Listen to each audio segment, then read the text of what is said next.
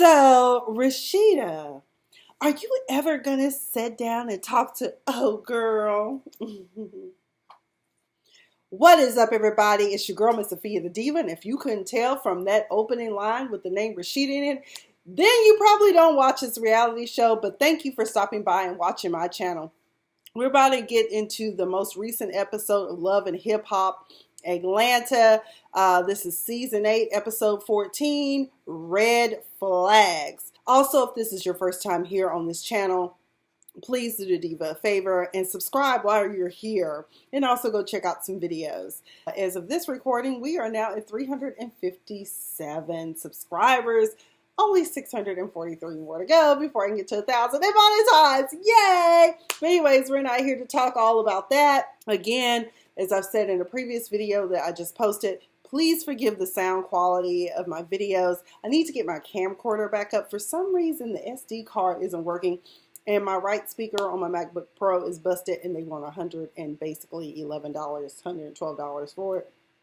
I ain't got it, so I'm just going to soldier on. You know how they say, if you want to start doing something, you got to work with what you got, and what I got is a very expensive ass machine I paid good money for, only to be told that you gonna have to come up off $112. And by the way, we're going to take your machine to also replace the battery for free, because there's a recall on your machine, but you have to be without it for 2 weeks, and we don't offer loaners. Apple sucks in that realm. And I'm like, all that money I paid, and now that I'm out of warranty, out of my Apple Care that I paid for, anyways, let's get into this episode. So when we open up this episode, guess who's still on the scene? Stevie J. We haven't seen a lot of him this season, and he's a married man, and him and Faith. I think that Faith Evans was probably the best thing to ever happen to Stevie J, and it took him going through all of these relationships with different people, and for Faith to finally get him on the straight and narrow. And unfortunately, that's what has to happen for some men. Some men have to find a woman that they feel is worth holding on to, and they'll do right. She'll make him do right, okay? For the right reasons.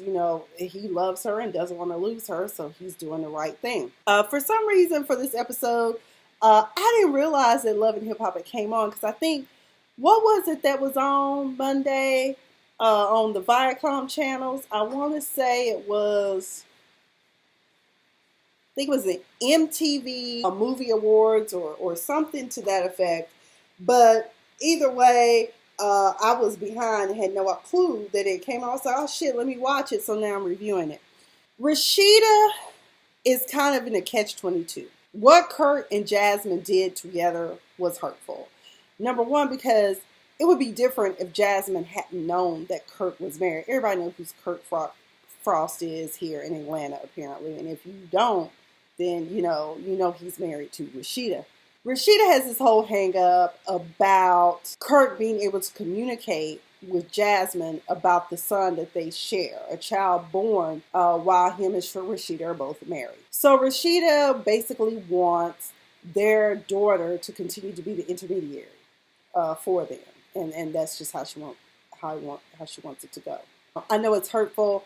I get where she's coming from, but at some point, if you truly want to integrate Cannon into his family, to be with his other siblings and spend time with his father, y'all are going to have to figure it out. It's not fair that your daughter has to always be the intermediary. So Stevie J is there. He found out that he missed out on a bunch of shit, including the shitty sheets that Pooh brought. Messy ass Mimi, you knew, but she said that she was going to come and she was going to talk and she was going to say, no, you knew Pooh wasn't going to do that, because we had seen evidence of how Pooh and Carly Red interacted before y'all even left the shores of the United States. You knew that. And at the top of this video, of course, I did the quote where Mimi had asked Rashida if she was ever going to speak with Jasmine. Then Stevie trying to act like now, since he done somewhat got his shit together, that he got all the answers. He's a life coach. He can talk about relationships, marriages, and communication and how important they are. But I was like, I know you don't know anything about communications or engaging in it anyways, because you've been avoiding them court communications for a long time, Stevie J. But I digress. You got all those grown children and you still have not paid that child support. All this money, all this music production. And I don't know how much money you may have spent on trying to get Jocelyn a career, and that was garbage to begin with. She has no bars. Half the time we don't know what the fuck she's saying. Then we move on from there, and we have Jock and Shekinah having a conversation. And Kendra, too, is there. And so Jock tells Shekinah, let me holler at you, I need to talk to you about some business stuff. And Kendra excuses herself. And that's when the conversation goes into the fact that Jock had planned on proposing to her while they were in Trinidad, but that didn't happen because he said he found out that Kendra had, a hang up about having children with him. Seriously, you're upset about her not wanting to have children. There is a show called There's 8 is Enough. 8 children, Jock. That's how many you have. 8 is enough. Like, I think it was Fucky Dineva or somebody said it best. She can just pretend your children are her children. Okay, I'm pretty sure the moms would be okay with that. Every now and then, mama need a break. Let them go to their other mom. And she can be like, God mama. Like, for my stepmom, I call her my other mama. Okay, I don't ever really refer to her as my stepmom, of course, for societal reasons to make it clear. Every now and then you'll hear me say my stepmom, but that's my other mama. Okay, she got my back. I know that much. So let Kendra be that for your children. Okay, you got 8. But I will tell you this much. Shekinah preached a word to Jock when she said, did you ever think that maybe she's afraid? She's scared because you have ran off and had 8 children by these other women. I don't know how many baby mamas Jock has, if it's 3 or 4 or however many. But she's probably afraid that you're going to abandon her like you did the other women. Did you ever stop to think about that? And I think that helped Jock get a perspective because I'm like, she probably does. You want to shake the spot. And why would you want to be with a man that might procreate with you and then run off? That's why for the life of me, I'm going to tell you something else right now. What I don't understand to this day is how all of these females continue to lay down with Future and have babies. Like, he's a baby making machine. Love him and leave him. Drop a load. Leave a present, move on to the next one that's going to spread her legs. I was like, it must be like hard rock steel. He must have major stroke value. But let me digress. But one of the main reasons why Jock wanted to sit down with Shekinah is because there's a lot of dysfunction. If y'all remember, I think it was last season, Jock had a grand opening for a salon here in Atlanta that he partnered with the lady that gave him his ultra perm 5 heartbeats. The Temptations look, okay? Well, that business relationship is not working out very well. It sounds to me like all black, like not all, but some black businesses and some black salons, the issue is this. You see dollar signs, but you don't think that you don't run the business efficiently. One of the number one issues that so many of us have on Friday nights and Saturdays is making an appointment at the salon and then having to sit there all day. My appointment is at 9 a.m., but I might not get in the chair until 10, 11, sometimes 12 o'clock. And then I'm being rotated and sat here, there, and everywhere. And then I'm not getting out the salon until 3, 4 o'clock. And my full day off, I'm having to sit in the salon. That's why you see Diva a lot of times in units, because I don't have the time. But fortunately for me, I have a stylist where he actually books his appointment according to what is being done. What are you getting done? Okay, well, I can book you for 1 o'clock, and then he'll rotate the next client in, and we all get out in a timely manner. Usually I'm out the salon in less than 2 hours. It just all depends. But his business partner has run amok, and he was supposed to be like a silent partner. Like, he put his coins in, and she was going to be the front woman. But I really think that customer service is something that needs to be taught in high school as well, because some people just don't get it. I naturally just picked up on it because I believe in being nice. But then again, my second job in retail was commission. Like, I got a salary, like I got hourly, but I also got a commission check too. That was pretty dope. Wild Pair was great. And when Jock goes in to try to talk to his business partner about it, she's like, what are you doing in here? This is my domain. And, people are just, it was a bunch of people in the salon. She keeps running off the other stylist. And it's just a whole hot ass mess. And then, stylists wonder why a bunch of people ended up going to YouTube to learn how to do their own hair. This is why. Jock Salon is a primary example as to why. When Shekinah came into the salon, Shekinah comes in, she lets, I think her name is Sharonda. Is it Sharonda? I think it was Sharonda. Lets her know, Jock wanted me to come in and kind of do an audit to see, where I can help out and where y'all have deficiencies. And old girl was like, I don't know why he would do that to me and da-da-da. It was like a whole bunch of people in there. Let me tell you something. Mona, y'all didn't do a good job of staging this because Sharonda, each time she got confronted, when she got confronted by Jock, when she got confronted by, she couldn't keep a straight face. She had a grin on her face like this shit. It's funny. And so Shekinah's like, where can I help out? What's going on? And she was like, well, I can tell you what you can do. We ain't got no reception, so you can get to answering those phones. That right there is an opportunity to improve. If you cannot afford a receptionist to take messages and, kind of keep the front area clean and guests with water, champagne, or whatever it is, then you need to hire a virtual assistant to book the appointments at the very least. She gets mad and leaves the salon, exit stage left, and it's like 10 folk in there waiting to get their hair done. And Shekinah was like, fuck it, I'll just start doing everybody's hair. Jock is out on some men's retreat, basically, because they out in the woods, which is some shit Jock likes to do, like climbing trees and obstacle courses and stuff. And at some point, Shekinah calls him freaking out, going off about how Sharonda just left her in the salon. And that's when Stevie J Buddha decides to start dropping words of wisdom, talking about, say, man, you can't be, dipping the company pen in the ink. And I'm like, you would know a lot about that because let's not forget Estelita and Jocelyn and whoever else you were messing around with. You never had any intentions of giving them a record deal, just the beefcake. Then they were asking Jock, had he ever slept with Sharonda? Because, sometimes when tensions come up like that, that's what happens. But Jock was like, no, I ain't never slept with her. But then on top of that, I'm thinking this is being recorded in front of an audience. Why would he ever concede to that? Because first of all, Kendra wouldn't be happy knowing that his business partner is also someone he used to sleep with. No one's going to concede or admit to that. At some point, Sharonda tries to insinuate that Jock is flirting and being inappropriate with the other stylists, and that's why they can't keep a stylist. To me, that sounds like she was trying to pass the buck. I think that Jock may be friendly and overly friendly, but I don't think that he would do that to Kendra. Carly Red, let's talk about Carly Red briefly. Carly Red, she wants to be a sexologist, a sexpert, and so she's studying for an exam, and I think she was hanging out with Mimi and Sierra, and then Mimi was like, well, Carly, you're so open. It's like she's trying to justify Carly's denial of the threesome or foursome or whatever it was, and that the fact that she defecated on some leopard print sheets of poos and harems. But Mimi goes on to say, you're just so open with your sexuality. Why would you deny a threesome with poo? I was like, because she's ashamed, number one, and it's frowned upon by her fiance. Because as the episode progresses, we find out that Carly's Arkansas Mo is a little more than what any female would want to put up with that has been so free.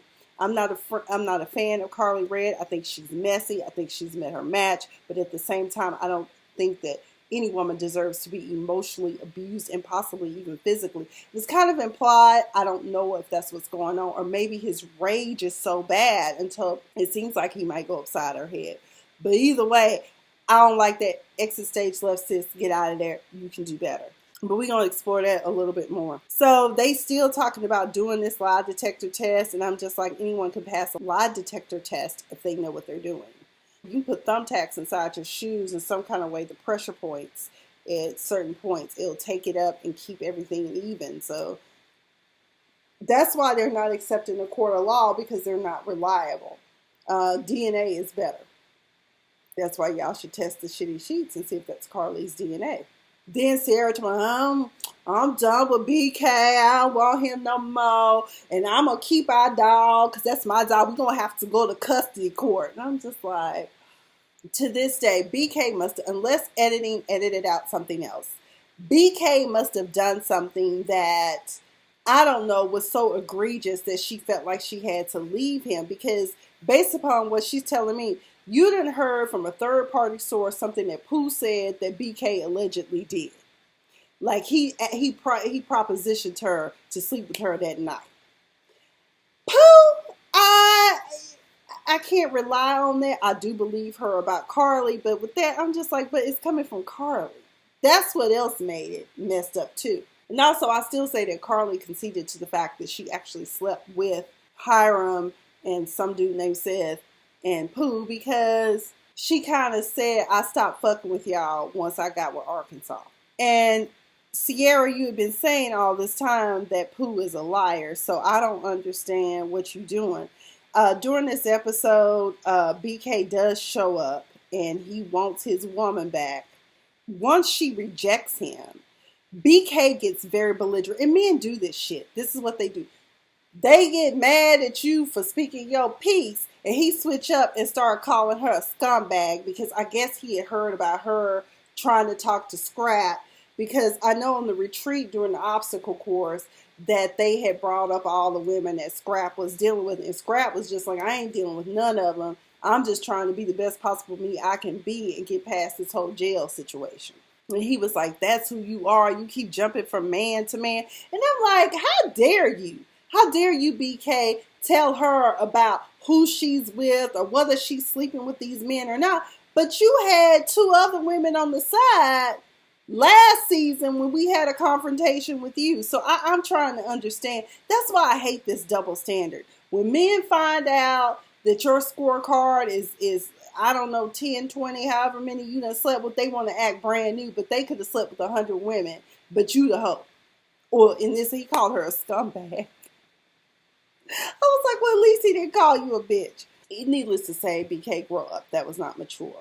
As for them being out at the obstacle course, Kurt was like, I did not sign up for this. I was like, of course you didn't, Sleepy Smurf. Of course you didn't. But I guess the whole obstacle course thing was supposed to be symbolic. It was a metaphor of all the trials and tribulations they've had to overcome due to it all being of their own making. Because everything that has happened to Stevie J, all of it is all because they invited it in. They created the mess. Oh, but here we go. Here is another crucial point in this episode. Jasmine and Rashida finally meet up.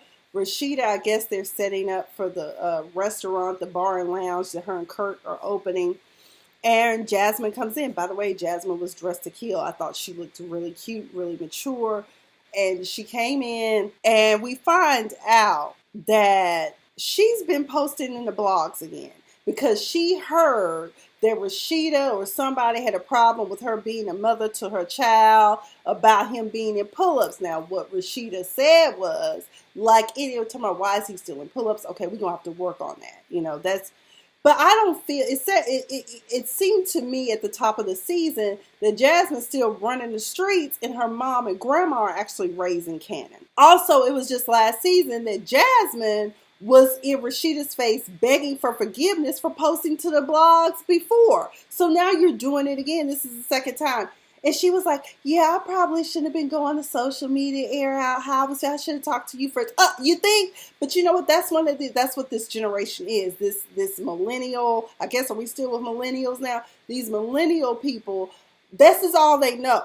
They know I can go on Twitter, Instagram, Snapchat, whatever, and drag somebody instead of talking to them. And unfortunately, I hate sometimes that we even have text messages and all of that because it's kind of ruined the art of communication. People don't talk anymore. It's like, I'm just going to post subliminal posts. My boyfriend swears I do that shit, but I don't. I'm just, sometimes if it's a post that I happen to like, you know, I'm just going to repost it. I mean, not because I feel that way, but maybe you feel that way. Either way, I'm glad that they got to have a little talk and that both of them conceded that they could do better in their area of communication. But I think that, was it Rashida that said she still needs to contact the daughter and not Kurt? I think she should just contact you when it's time for Cannon to be picked up, quite frankly. But that's just me. But baby, I was laughing because I said Jasmine came in dressed to kill, honey. I don't know if she was coming from somewhere or going somewhere, or this was her outfit. Because if her and Rashida were going to end up in fisticuffs, I guess she was going to be fabulous doing it. Okay, so Mo and Carly. Earlier I stated that as the episode progressed, you have to wonder, is Carly having problems with Mo to the level to where she's miserable, unhappy, and feels unsafe. You should always, whenever you're in a relationship, feel safe and comfortable and at peace with your partner. You should be able to communicate with them. You should be able to go to them. That should be your safe haven. But it sounds to me like Mo is controlling. And I also feel like Mo might be that way because he knows how Carly is. Like, she needs some structure and to get in line. Like, she can barely study for her sexpert exam. So they get in front of Dr. Jeff, and she's sitting there like a little scared girl, telling, that, well, sometimes, I have a 2:00 curfew. I have to come in at this time. And if I don't, he gets very upset. And then she kind of cuts off. And Dr. Jeff is kind of looking like, well, what happens? So Carly kind of says, he's just very controlling and I'm not at peace in my own home. And Mo gets very uncomfortable because you can tell that he's kind of like, I wish you would tell them what really happens behind closed doors with us. Now, I felt some type of way because I thought Mo was a decent guy, but I would never have thought that he was like, putting his hands on her. And that's why I was saying it kind of seemed like it was implicated, or maybe he's just brutally like loud and gets angry. So Mo gets up during the counseling session, drops his engagement ring. I didn't know guys got engagement rings, but I guess to each their own. And leaves. And Dr. Jeff basically tells her, the fantasy just ain't worth it. All of us have these fantasies about how we want a relationship that we know isn't working to work. And it happens. Whether some females will ever concede to that, I've been guilty of it. Knew I needed to get out, stayed. And then in the end, I ended up losing, including my credit score. So, I'm just saying, sometimes it'll cost you more than you're not at peace. That's all I'm saying. But it's amazing to me how Mo has broken Carly's spirit because, she's usually so outgoing or whatever. So, Carly Red, you've got some serious red flags for real going on in your world. I think that you might want to take a step back from Mo. And maybe, Mo, you need to consider going to counseling. I know it's very hard for Black men to want to go to counseling, but I think it's very important that you do. It's one of the things I respect so much about the guy I'm currently seeing is that, he too at one point was going through a lot with his family. Your brother passes away and family is in crisis. Life can be a bit much. So, anyway, that's all I've got for this episode of Love and Hip Hop Atlanta Season 8, Episode 14, Red Flags. Again, my name is Miss Sophia the Diva, and if this is your first time here, please hit that subscribe button as well as the notification bell so you'll always know when Diva is uploading something to give you a little laugh and also a little something to feed the mind. Either way, be sure to catch my A Diva Disturbed radio show every Tuesday night from 9:30 p.m. to 11 o'clock p.m. Eastern Daylight Time. As y'all know, I'm on the East Coast technically here in Atlanta, and we broadcast. I try to feed through my YouTube, my Periscope, as well as Facebook. But sometimes, for some reason, in that building, my Facebook doesn't always hold up. But needless to say, look forward to seeing you guys again. Thank you for joining. And stay fabulous.